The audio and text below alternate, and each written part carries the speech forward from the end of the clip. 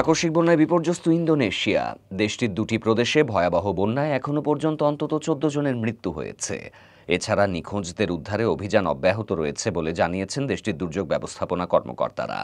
বৃহস্পতিবার কাতার ভিত্তিক সংবাদ মাধ্যম আল জাজিরা এই তথ্য জানায়।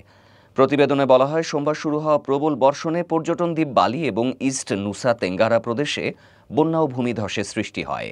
রাষ্ট্রীয় সংবাদ সংস্থা আন্তারা জানিয়েছে, ইন্দোনেশিয়ার প্রেসিডেন্ট প্রাবো সুরিয়ান্টো সংশ্লিষ্ট কর্মকর্তাদের দ্রুত পদক্ষেপ নিতে, নিখোঁজদের খুঁজে বের করতে এবং বাস্তুচ্যুতদের প্রয়োজনীয় সহায়তা পৌঁছে দিতে নির্দেশনা দিয়েছেন।